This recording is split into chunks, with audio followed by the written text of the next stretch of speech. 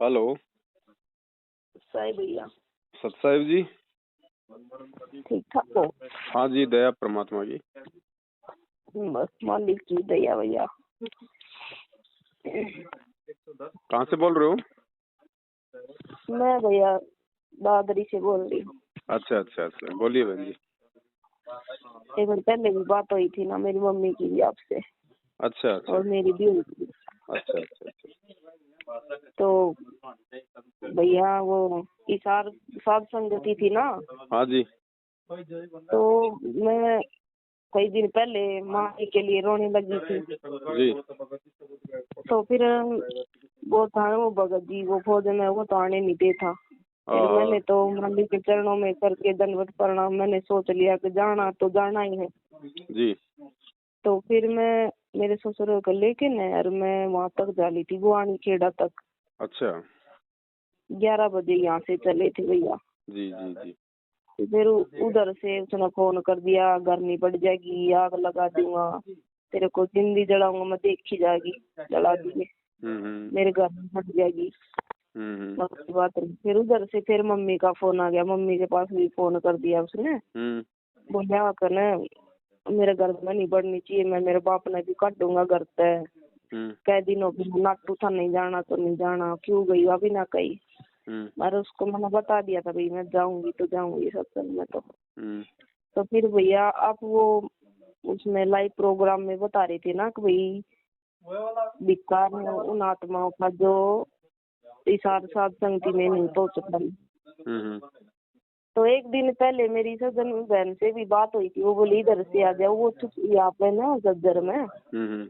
तो वो बोली छुचकवास आ जाओ। बोली नहीं बहन मैं ट्रेन से आ जाऊंगी या बस से आ जाऊंगी। फिर वो फिरोजपुर मैम की तरफ क्यों होकर चली गई। तो भैया मैं ये कहना चाह रही थी क्या मैं बुआनी खेड़ा तक तो पहुंच गई थी। वो आपने शायद दूसरा वीडियो नहीं देखा बहन। वो सत्सेवकों के लिए नहीं है, वो उन लोगों के लिए है जो 50% मैनेजमेंट की तरफ है, 57% वो सत्सेवक बन के डोल रहे हैं ना, उन लोगों के लिए है। बाकी तो सत्सेवक तो कई हजारों की संख्या में है, तो सारे थोड़े ना वहाँ पे आ रहे थे। जो अपने घर पे भी बैठे हुए थे, 100 काम भी थे उनको, ऐसी बात नहीं, आते जाते रहते साथ संगतियों में। तो ये सत्सेवकों के लिए नहीं है, जिन्होंने मैनेजमेंट का साथ छोड़ रखा है उन लोगों के लिए नहीं था वो। ये तो वो लोग हैं जो ना तो घर के ना घाट के, जो सोचते हैं कि भाई जाएंगे जाएंगे देखेंगे कौन सही है कौन गलत है, अभी तक वो निर्णय नहीं कर पा रहे। अच्छा। हाँ, आप लोगों के लिए नहीं है बहन जी, ऐसी कोई टेंशन वाली बात नहीं है। ऐसे तो बहुत सारे लोग हैं जो नहीं आ पाए बेचारे, उनकी आने की इच्छा थी तो वो मतलब उनके लिए नहीं था। तो वो मैं ना भैया जैसे मेरा ससुर है ना वो बहुत बीमार रहता है, पता नहीं उसको क्या दिक्कत है, मुंह पर भी सोजन है, हाथ पैरों पर भी सोजन है। और पहले तो ना वो उक्का ज्यादा पीता था। अब मालिक की दया से ना जब से परमात्मा की इस घर में वाणी चलती ना सुबह शाम दोपहर की, जी जी। तो उसने उक्का छोड़ दिया, अब बीड़ी पीता है। तो मैं बोली पापा जी आप चलो सत्संग में चलेंगे। मिला देखो मालिक की दया भैया, उसने ये नहीं कहा तो लड़के से पूछा कि नहीं, तो तुरंत तैयार हो गया। बोला बेटी मेरी आसन कोनी में कोई बात ना, बस में ही तो जाना है, अब कल आ जाऊंगी ना, भी टेंशन ना लो मैं अपने आप भर दूंगी। तो बोला ठीक है। मैंने मेरा आधी टिकट लगा है तो तैयार हो ली वो। तो बोला यहीं से अगर ना ये बाबा मैं तो छक लिया, तुम्हें ठीक करोगे मैंने। फिर बुआनी खेड़ा से वापिस आगे भैया, थोड़ा इतनी दर्द तो थी नहीं, बाकी मन में ये सोच रखा था जाऊंगी। तो फिर ना वहाँ से फिर उसका फोन आ गया, उसका मधु बहन का, रास्ते में वो वापिस जाओ और जो आ नहीं पाई है वो वही रहो। कोई नहीं बहन जी, वो तो बराबर की सेवा समझो। आप घर से जाने के लिए निकल चुकी थी, आपकी तो वही सेवा समझो जैसे आप तो आ ही गई। मैं तो ना सच में भैया 1 हफ्ते पहले रोने लगी थी। हाँ, अब वो देखो इच्छा तो बहुत थी लोगों की, बेचारे हजारों की संख्या में तो रास्ते से वापस रोते रोते निकले। हजारों की आत्मा दुखाई है इन दुष्टों ने। कोई बात नहीं बहन जी, हमारा मालिक अंतर्यामी है, वो देख रहा है सब कुछ, किसके अंदर क्या भाव थे क्या नहीं थे, उसी अनुसार परमात्मा सबको अपना। और ना मेरे घर वाले ना भैया जैसे किराए पे रहते हैं बहुत सालों, तो 88 में जैसे उधार पैसे दे देता है ना ये, तो जी। उनका उलाना दे देता है। अब मेरी मम्मी से लड़ाई करने लग रहा था, तुम तो ना मालिक को गाली दे के ये कह रहा था तुम्हारी तो किस्मत खराब है, आखिर में मेरे आगे हाथ पसारोगे तुम। ना ना, भगवान ऐसा थोड़ी समय आने देगा। ये तो वो ये तो वो कह रहा है बहन जी, वो कोई भगवान थोड़ी है। वो तो कुछ भी कह सकता है। जिसको ज्ञान नहीं है, जो अज्ञानी है, वो तो कुछ भी बोल सकता है। मालिक तो सेकंडों में अपना गेम चेंज कर देता है। उसके कहने से थोड़ी होगा। जो उसने कह दिया वो फाइनल हो गया, फिर तो वही महात्मा हो गया। अब वो बेचारा नादान है, ज्ञान नहीं है उसको परमात्मा का। सांसारिक तौर पे हो सकता है बहुत ज्यादा अपने आप को चतुर समझते होंगे, ज्ञानी समझते होंगे, लेकिन ये अध्यात्म है, भगवान का मार्ग है। इसमें तो जो परमात्मा ने निश्चित कर रखा होता है वही होता है। और सच सच में भैया, जैसे पहले हम छोटे छोटे थे ना, मम्मी पापा ने सबने करोथा से नाम ले रखा था मालिक से। तो अच्छा। फिर हम रास्ता भटक के बीच में, तो फिर भी ना, ये मेरी शादी से पहले 2014 में घर वाला खंड हुआ था ना, 2014 को ही मेरी शादी हुई थी। अच्छा।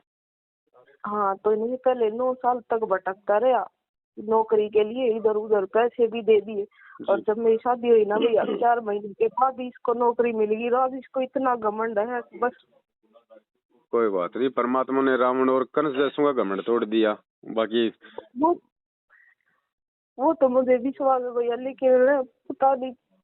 ये आपकी परीक्षा है बहन, ये आपकी परीक्षा है।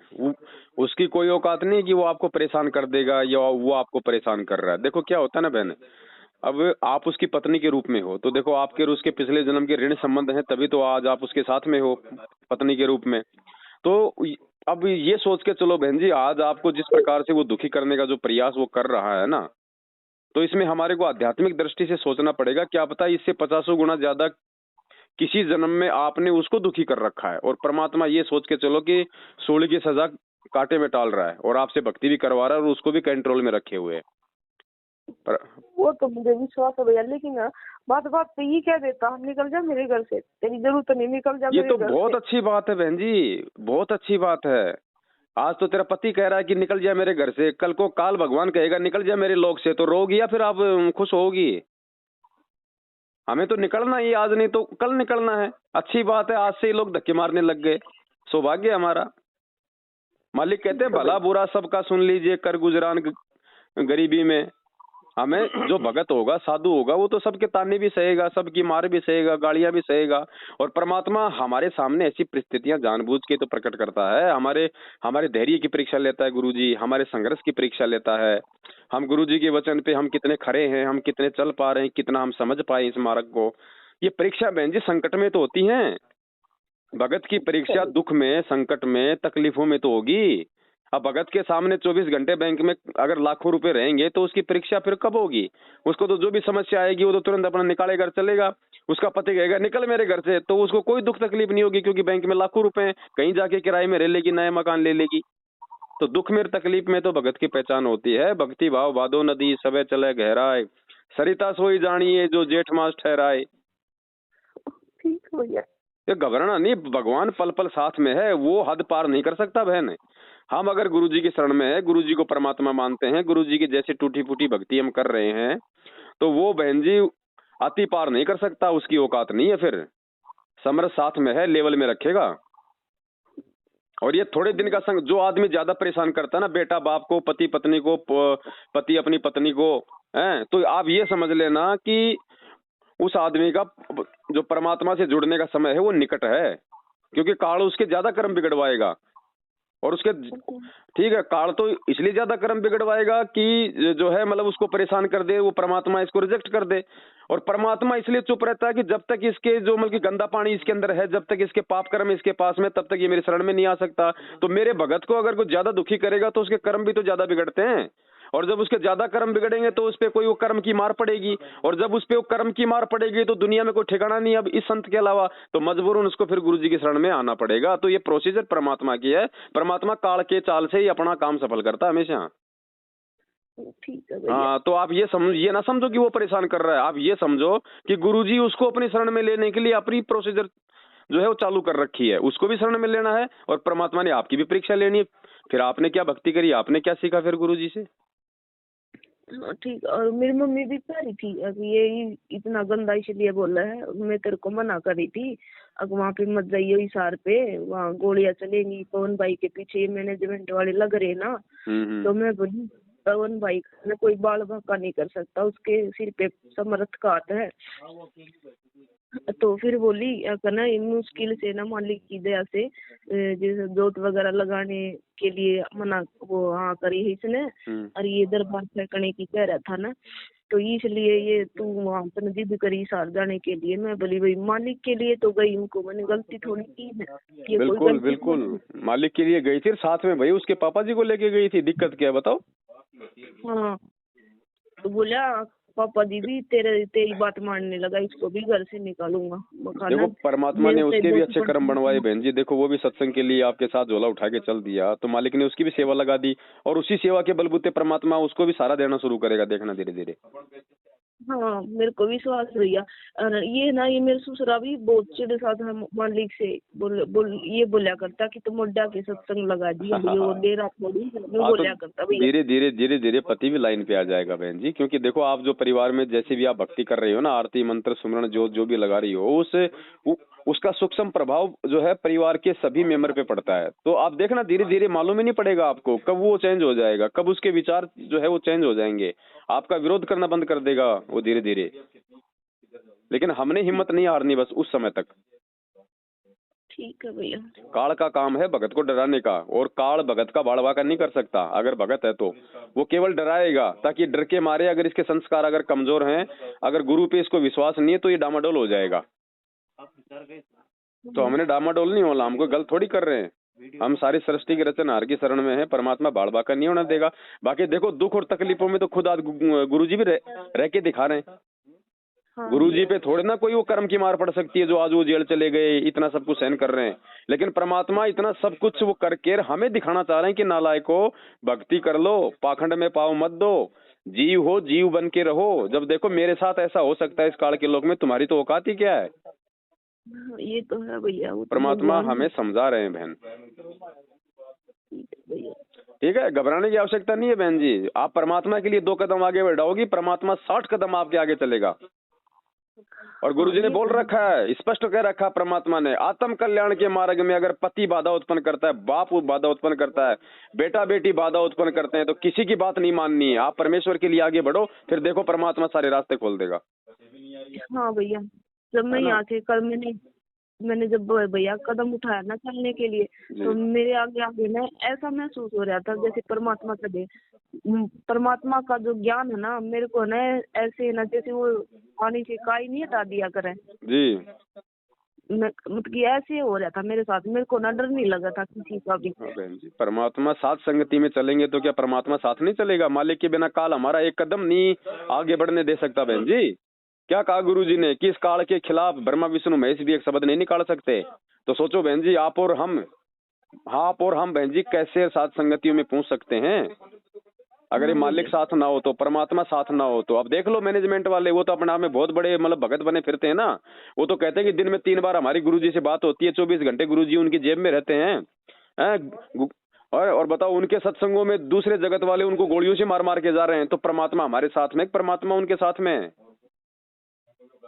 और कल ये खुद मारने आ गए वहां पे, परसों खुद ही आ गए मारने के लिए, फिर भी परमात्मा ने सकुशल निकाल दिया उनके बीच से। तो परमात्मा हमारे साथ में, परमात्मा इनके साथ है बहन। सही भैया, सही बात है ना। घबराने की आवश्यकता नहीं है, थोड़े बहुत दिनों का संघर्ष है, ज्यादा समय का नहीं है। परमात्मा को भी पता है जीव जीव होता है, उसकी ज्यादा औकात नहीं होती है संघर्ष करने की, सहन करने की। और बहुत समय हो चुका है, बस इनके पाप का घड़ा भर जाए।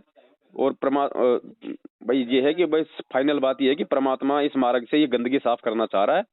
अब इस संगत में तो ये गुरुजी का परिवार, ये मैनेजमेंट है सबसे बड़ी गंदगी, और दुनिया की गंदगी परमात्मा उनके कर्म के अनुसार अपने आप ही साफ कर देगा। आने वाले समय में युद्ध महामारी जो भी होंगी, आने वाले समय में केवल परमात्मा की भक्ति करने वाली आत्मा धरती पे होंगी। फिर देखना भक्ति का माहौल बहन जी, ना कोई रोकेगा ना कोई टोकेगा, ऐसे भाई बहन आपस में इतना प्यार प्रेम एकता, फिर देखना वो माहौल बनेगा भक्ति का। उसके लिए परमात्मा संघर्ष कर रहे हैं, उसके लिए बहन जी हमारे को संघर्ष करना पड़ेगा। संघर्ष के बाद आएगा फिर मजा। तो अभी कोई भक्ति थोड़ी हो रही है भक्तों की, ये तो खाली फॉर्मेलिटी हो रही है। 3 टाइम की आरती कर ली, थोड़े बहुत मंत्र कर लिए, अभी तो केवल ही संघर्ष चल रहा है। जब हमारा भगवान संघर्ष कर रहा है तो भगत कहाँ से भक्ति कर लेगा घर में बैठ के? भक्ति का समय तो आगे आएगा, भक्ति तो भगवान करवाएगा, हम क्या भक्ति करेंगे? अभी तो खुद हमारा भगवान ही संघर्ष कर रहा है। फिर देखना माहौल जब बनेगा पूरी दुनिया में इस भक्ति का, फिर देखना आप। जैसे माँ जो है मतलब की मामा के आ रही है और बच्चे को जब वो पूरे 1 किलोमीटर से दिखाई दे जाती है तो दौड़ लगा देता है अपनी माँ से लिपटने के लिए, वो समय आएगा आप देखना। अभी तो भगत आपस में देख देख के एक दूसरे से नाक चढ़ा रहे हैं, भाई तू मैनेजमेंट वाला है, तू सत्सेवकों वाला है, क्या नहीं है, तारीखों पे जाता है नहीं जाता है।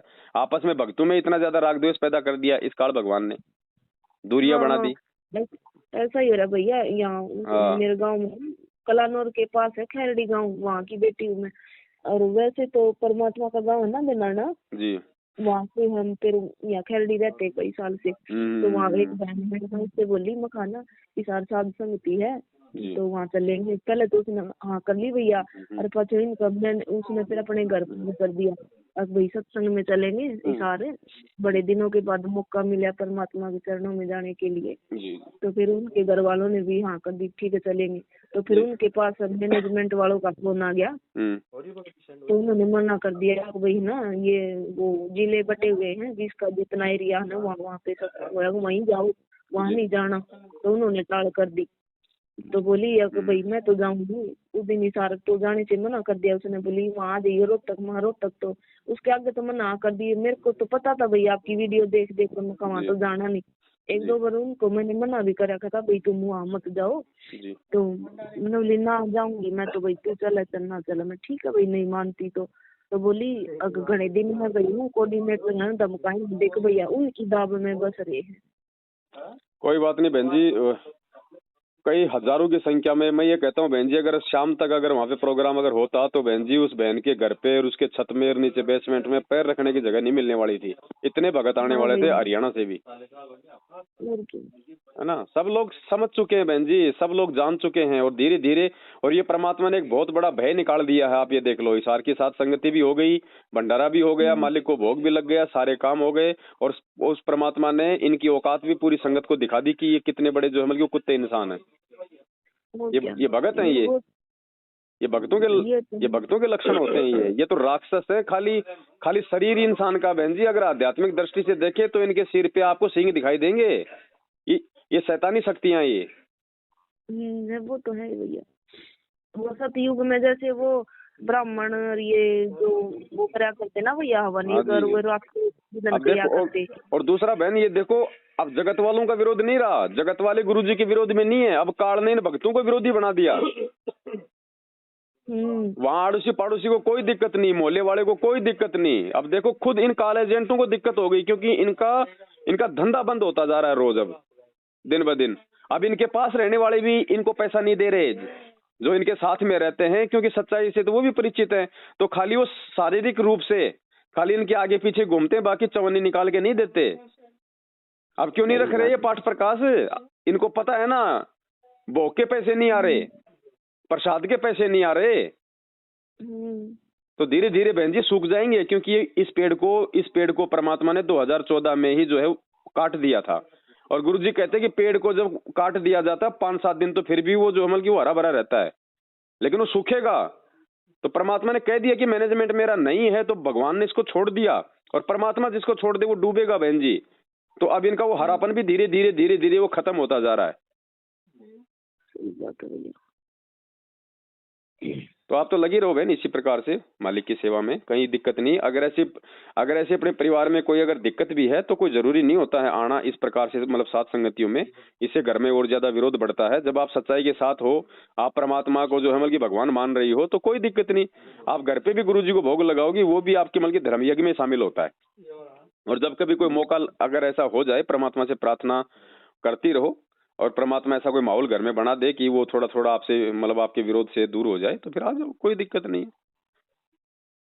सही में भैया, कहीं भी जब आपके ये मैसेज आते हैं ना, हाँ तो कहीं भी संगति हो तो मेरे से ना बस ऐसा हो जाए, अभी चल मेरे को फिर परिवार दिखाई नहीं देता। एक बार तो होता भैया मन में देखो, सात तो क्या संगतियों में करेंगे। आएंगे तो वो तो बहन जी देखो एक अलग ही रंग होता है। वो तो जब वहाँ कोई आत्मा आती है तो वो ही उस आनंद को अनुभव कर सकती है। लाइव में देखना एक अलग बात है, और वहाँ बीच में बैठ के मालिक की दया से वहाँ भगत भाई बहनों के बीच में ज्ञान चर्चा करना ही एक दूसरी बात है। लेकिन फिर भी अगर ऐसी कोई मजबूरी है तो कोई दिक्कत नहीं है, उनको भी ज्यादा प्रॉब्लम ना हो, परिवार वालों को। थोड़े दिन आप जी ऐसे अपने रहो घर पे, और मालिक में अपनी श्रद्धा अपनी आस्था आप जी बना के रखो। धीरे धीरे परमात्मा माहौल सेट करेगा। ठीक है भैया। हाँ ठीक है बहन। ठीक है साथ भैया। साहेब जय हो बंदी छोड़ गया। जैसे भैया अगले महीने जो देखो बहन, अभी 2022 लग रही है, कुछ नहीं कहा जा सकता आगे क्या होगा और क्या नहीं होगा। हमें तो 14-15 वाले प्रोग्राम पे ही मतलब संशय हो रहा है, सरकार कोई पाबंदी ना लगा दे। अब ये नाइट कर्फ्यू लगा रहे हैं, बताओ नाइट कर्फ्यू लगा देंगे तो फिर साथ संगति कहाँ करेंगे फिर हम। अच्छा भैया, तो अभी देख ये रहे तो हैं बहन जी मैंने क्या माहौल बनता है क्या माहौल नहीं बनता है, क्योंकि 1 तारीख या 2 तारीख को ही मालूम पड़ेगा फाइनली सरकार के क्या आदेश आते हैं। ठीक है। अगर होगा तो फिर एक होगा, बात और नहीं बताओ होगा तो भैया। फिर मैसेज डाल देंगे। अच्छा, एक बात और भैया बताओ, जैसे अगले महीने ना यो मेरी ननद है, वो 2 बच्चों की शादी कर रही है, तो जैसे ये बात में नहीं जाती ना, हाँ तो वो पाटड़ा बिछाते हैं, उस पर तो हम नहीं चढ़ सकते ना। नहीं नहीं, बात के पाटड़े पे नहीं चढ़ना बहन जी, ना लेना ना देना ना टिकटामा करना, कुछ नहीं करना। शादी ब्याह में जाना मजबूरी है तो जा सकते हो, लेकिन हमें लेन देन में पूजा पाठ में आडंबर पाखंड में कोई सहयोग नहीं करना, चाहे वो राजी रहो चाहे नाराज हो। मालिक का वचन है। सत साई।